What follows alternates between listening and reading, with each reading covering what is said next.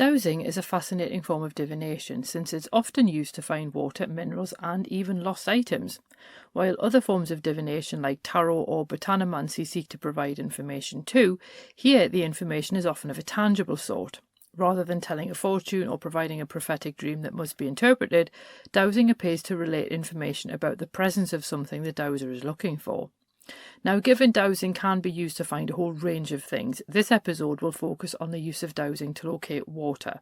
After all, this comprises much of the discussion about dowsing within folklore, and indeed this form of dowsing also has enjoyed other names, including water witching, well witching, water divining, and rhabdomancy. Now, while dowsing can also be performed using a pendulum, sometimes held over a map when dowsing for water, this episode will focus on the use of rods because this appears more frequently in folklore. So let's find out more about dowsing in this week's episode of Fabulous Folklore. Hello there and welcome to Fabulous Folklore, the podcast for all things folklore, occult and just a bit weird. I'm your host, Icy Sedgwick, blogger, fantasy author and your guide into these rather mysterious realms. I've got some rare things to show you, so come on in, take a look around, but be careful not to touch anything. These things sometimes bite. Well, hello there, and welcome back to Fabulous Folklore with me, your host, Icy Sedgwick. I do hope that you are well. I was very, very pleased to see the reaction that my Geordie dialect episode got last week, because that, as you might imagine, is a subject quite close to my heart. And not only was it really cool to hear how many people actually know some of those words because they also appear in your dialect as well, but it was also quite cool to see how far the dialect words have actually spread beyond the UK, which is also quite cool as well. Now, because this is miscellaneous month, I went to have a look at my list of requests that I've got, and obviously if you do have any other requests, you can always just add them to the form, which is linked in the show notes. And I'd completely forgotten that dowsing had been on there for quite some time. Now, as it happens, I am actually writing a book about divination and how it appears in folklore. And one of the things, obviously, I've been having a look at is dowsing. So I thought, well, I'll have a look at water dowsing specifically for this episode because, as I say, it would end up being far too long if I ended up covering other types as well. So we might as well just kick right off, really. So where did dowsing come from? Now, we are focusing, like I say, on the use of dowsing rods to find water in this episode, but it is actually likely that dowsing first came about from a use to find buried minerals, because miners in the Harz Mountains in Germany used dowsing in the 15th century while looking for ore. These miners then took the practice to Cornwall. Some writers seem to think that they'd been imported, where local miners then adopted the practice during the reign of Queen Elizabeth I. Now, we can largely date dowsing's appearance in England through its appearance in print. And despite the fact that it apparently appeared in Elizabeth's reign, the first English book to actually refer to dowsing was A Discovery of Subterranean Treasure from 1639 by Gabriel Platz, which is obviously quite some time after Elizabeth's reign. And then later, Robert Flood's Philosophia Moisaica in 1659 included a longer discussion of dowsing. And the popularity of dowsing basically spread quite quickly from that point, and it was found in all of Europe by the end of the 17th century. Colonialism then saw it exported to European colonies, and you then see it picked up in places like North America and so on as well.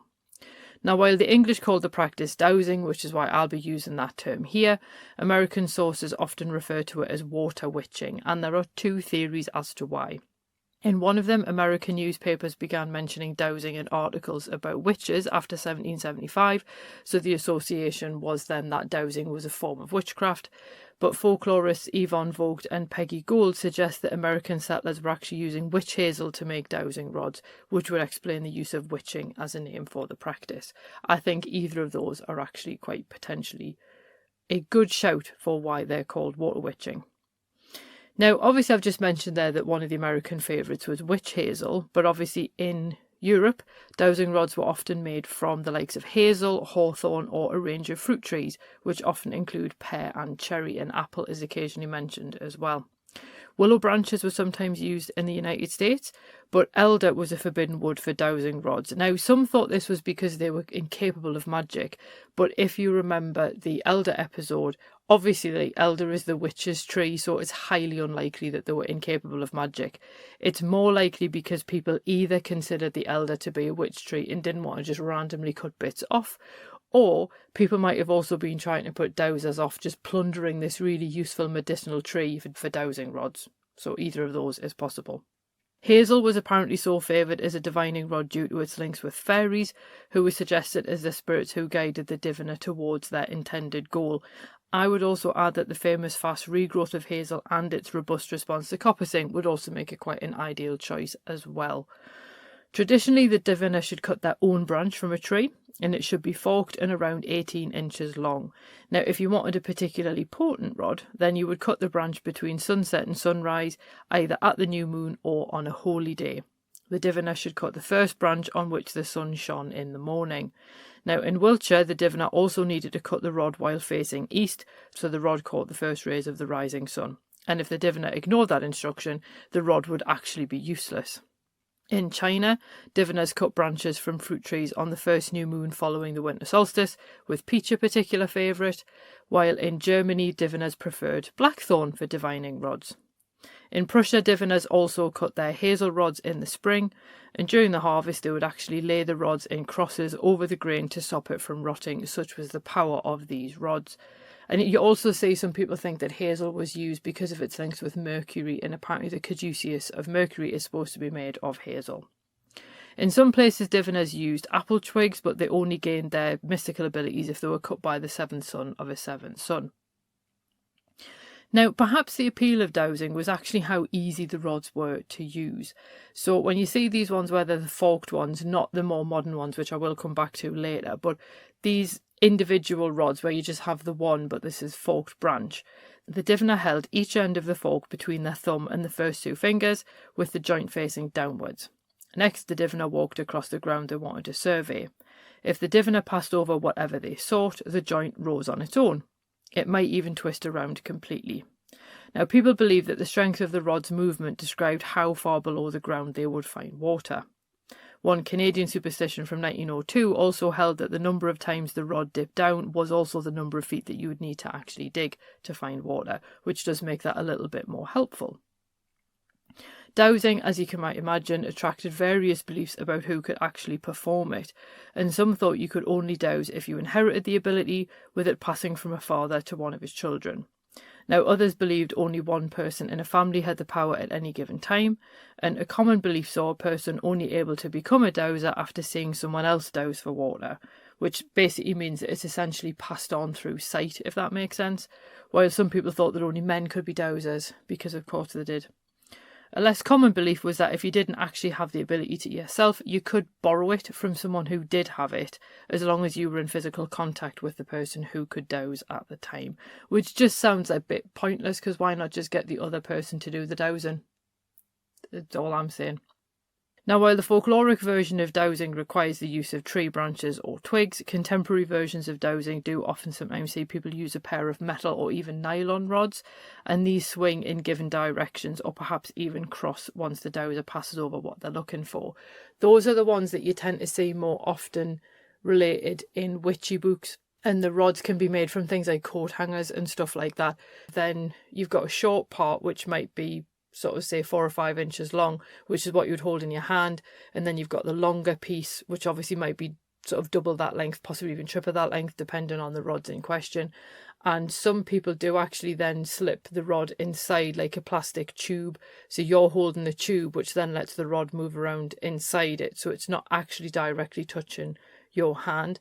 The problem, and I have seen these rods used in action, I have even used these rods myself, is if you then have a metal rod inside a plastic tube, or even a metal tube, whatever, they do tend to swing around quite a lot of their own accord, just simply off your movement. So even your breathing, no matter how hard you try to hold the rod still, your breathing will even make them cross or move or things like that. But that, to me, is the problem with the rods where they're encased in some kind of tube.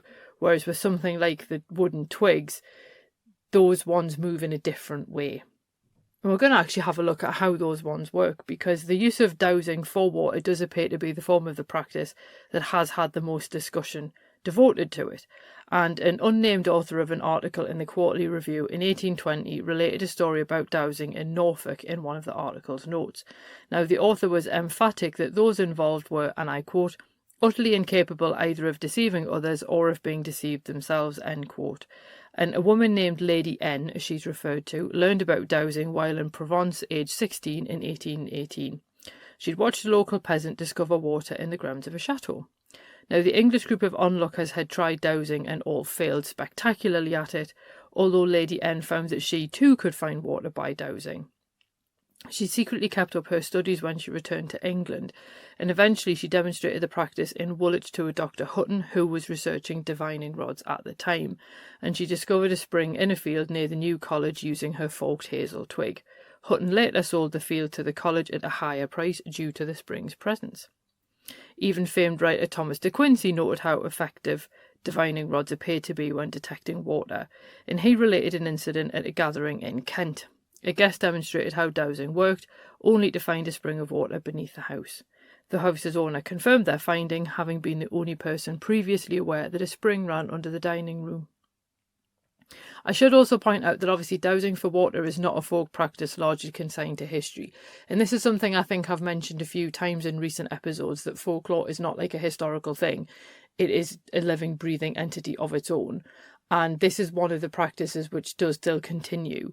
And it's a bit more difficult to find what contemporary people are doing, but folklorist Gaston Burridge claimed in 1955 that he knew of more than 100 dowsers across the southwest of the United States alone, and some were professionals who had discovered over 2,500 wells. He theorised that around 1 in 1,000 people could dowse, or at least had enough of the ability to be able to dowse. And he offered this explanation to satisfy those who asked why one person could apparently locate water with nothing but a pear tree branch, while another person with the same branch had no success. Folklorists Linda K. Barrett and Yvonne Vogt explored the phenomenon of the urban dowser in 1960s America, and while rural dowsers preferred the traditional forked stick, urban dowsers might use metal, plastic or even nylon rods, and that's probably because they weren't actually searching for water, given the prevalence of water supplies in urban areas, and they would use them to find all kinds of things, like items that had been lost, or like sites of historical interest and stuff like that. And also these urban diviners also didn't use the cutting procedures described by folklore, so their focus remained on the finding of things rather than water, and I think it was the attempt to elevate it to a science that saw the folkloric elements fall away. Now, did water dowsing actually work? Well, dowsing is a practice that people either swear by or consider to be nonsense. It's very difficult to find anyone who sits in the middle, and it's not really for me to say one way or the other. That's beyond our scope here. But, as Burridge pointed out, the Standard Oil Company of Indiana drilled 950 oil wells in 1952, and 205 of them were dry. So, as he put it, you wouldn't write off the science of locating oil wells as superstition or guesswork based on that number of failures. You would just go, well, obviously sometimes it's just not going to work. So if oil companies using scientific processes still got it wrong, then Burridge argued it would be odd to assume dowsers would be right 100% of the time. He also explained that the dowser could be absolutely 100% right about the location of water, but the well might fail due to the digging process. So the well might be dug at the wrong angle, explosive might accidentally block off the water, or they might drill into a rock rather than the water source. So in these cases, dowsing wasn't wrong, the digging was. Obviously not everybody was so convinced, and Mr. Dyer sought to debunk dowsing altogether, and he claimed that the hand position needed for the rod exhausted the muscles in the hands and fingers, and that meant that the diviner unconsciously applied more force to the ends of the twig. So it was that force that made the twig bend, not the presence of water, treasure or minerals. And given the rods were often used in places where, for example, tin was commonly found, the chances of the twig bending near a vein coincidentally were actually quite high. Interestingly, some diviners actually balanced the rod on their flat palm or on the back of their hand, so the rod might rise at one end or revolve on its axis, and that meant that the movement of the rod was unrelated to what the hands actually did, and that ruled out the muscle twitches described by Dyer as being the cause of the rod moving. It's a bit more difficult to work out how a rod would move on the back of your hand, but there we go. Now, by comparison, Cecil Mabey in the 1930s conducted a theoretical study of dowsing with his colleague T. Bedford Franklin, and they suggested that dowsers were sensitive to forces or radiation present in the environment. Now, the dowser had no conscious awareness of this sensitivity, but instead they expressed it unconsciously through minuscule muscle movements that were amplified by the rod or indeed the pendulum. Now, both approaches involve a similar reliance on the ideomotor effect, although one used it to debunk dowsing while the other used it to explain how and why dowsing worked. Science, eh? Now, obviously, I'm very pro-science. I'm not having to go to science there. I just think it's quite funny that both of them have essentially come up with the same thing that could potentially explain how dowsing works, but they've just used it for different reasons. So this is where you've always got to have a look at what someone's bias is, or indeed what kind of conclusions are they trying to draw from a set of data. In case you're not sure what the ideomotor effect is, it's the same thing that makes Ouija boards work, and it's just the minuscule movements in your fingers and your hands and so on. So unconsciously, you're causing the rods to move or the twig to move, or you're causing a pendulum to move. So ultimately, when people are using pendulums to dowse, it's actually information from their own unconscious that is making the pendulum move rather than anything else. That's basically what the ideomotor effect is. But obviously this is a folklore podcast, so what do we make of water dowsing in terms of folklore? Well, whether water dowsing works or not is actually beyond my scope here. I don't really care. I actually think it's quite an interesting practice, and it is amazing how often people do seem to have success with it. But its appearance in folklore is basically more of our focus, not its efficacy. And dowsing is a fascinating practice because it does cross over from folklore into science. Now, it's not for me to say if science can actually explain it, but it's important to note that people tried to give it a scientific explanation. So whether that's due to the belief that predominantly men could do it is up to you, because you do sometimes get this where in order to legitimize something, something is then turned into a science or indeed a pseudoscience in order to try and make it more legitimate than something that's considered more feminine. And this is why I hate the whole masculine feminine thing, because of the fact that it can be used to discredit something because it's not scientific enough, because it's associated with women. So there's that to bear in mind as well. But I do love the fact that people have actually looked into this from a scientific perspective to try and explain it, which is quite interesting. The other interesting aspect of dowsing is the class aspect, because many forms of divination end up being things undertaken by ordinary people, particularly those forms of divination that involve plants or food. We've talked about this at length on the podcast with the different things people did, particularly to try and see, like, does this person love me? How will I know how many children I'll have? And if I've accidentally eat wedding cake at this particular moment, it means I'll get married, kind of thing. And even something like reading tea leaves becomes quite popular inside people's homes, although there may still be a class element involved due to the cost of tea. But dowsing appears to work across a cross-section of society, because the ability to dowse seems so unpredictable in individuals. So having the correct rod, cut using the right procedures at the precise moment, was actually more important than whether you were wealthy enough to do it. And indeed, its relative lack of equipment or use of attainable equipment perhaps helps to explain its popularity, which also explains why people might use a pendulum, because you could use literally anything suspended from a cord as long as it's got a little bit of a weight to it. So a key on a chain works as a pendulum as well as anything else does. So other people might use like little bottles that they would then put a bit of water in, and they would suspend that from a chain if they were divining for water. If they were looking for iron ore, then they might have iron filings in the bottle and things like that. So it's very, very, very easy to get hold of the equipment, either by cutting it from a tree or assembling it yourself in order to do dowsing. And I think that's what makes it quite accessible across a strata of classes. But because it then ends up with this sort of scientific veneer, it then appeals to the upper classes as well. And even if there is a perfectly legitimate explanation for dowsing, the fact that it's accrued so much lore then makes it worthy of folkloric study. So what I want to know is, have you ever had a go at dowsing? Would you like to have a go at dowsing? I think that if you do decide you want to try it yourself, then I think pendulum dowsing is probably easier, because obviously all you really need is like a map and something you can use as a pendulum, whereas obviously using the rods is a little bit more tricky, particularly if you don't want to go around just hacking bits off trees, because I wouldn't really recommend that if I'm completely honest. But there we go. Also, particularly given the cutting procedures, if you want to do it properly, some of them can be quite prescriptive. So just bear that in mind. But do let me know what you think of dowsing. Have you ever tried it? Does it work for you? How do you think it works? Please do feel free to let me know in the comments. Like I say, I'm out on whether there is a scientific element. If it works, it works. I'm not really bothered why. If it doesn't work, then why does it look like it does, if that makes sense? So I'm kind of quite happily sitting on the fence here. So please feel free to let me know what you think, and that will be fine. Next week, we're going to have a look at another request that I had on my list, and it's actually been sitting there for a while, to be fair, and that's the Green Children of Woolpit, and I can't believe I've never actually covered them yet, because it's quite a famous story in English folklore, and I've, for some reason, just overlooked it all these times. So we're going to have a look at that finally next week. So that's going to be a complete change of pace from Dowsing. And I haven't quite decided what to do for the final week in Miscellaneous Month. There is a potential I might have a look at magical tools in folklore, purely because someone ages ago asked if I knew about like different types of woods used for wands, and I don't think there's enough for a full episode in there, but the tools more widely there might be. But then again, that might be something that I actually save for more of a series, so we'll see. If there's anything specific that you want though, if you let me know, and I'll see what I can have a look at. But anyway, as always, it's been lovely chatting to you, and I will see you next week when we have a look at the Green Children of Woolpit. Cheerio. Well, thanks for listening, and I hope you enjoyed that episode. If you did, feel free to leave a review wherever you listen to podcasts, because that helps other people find the show too.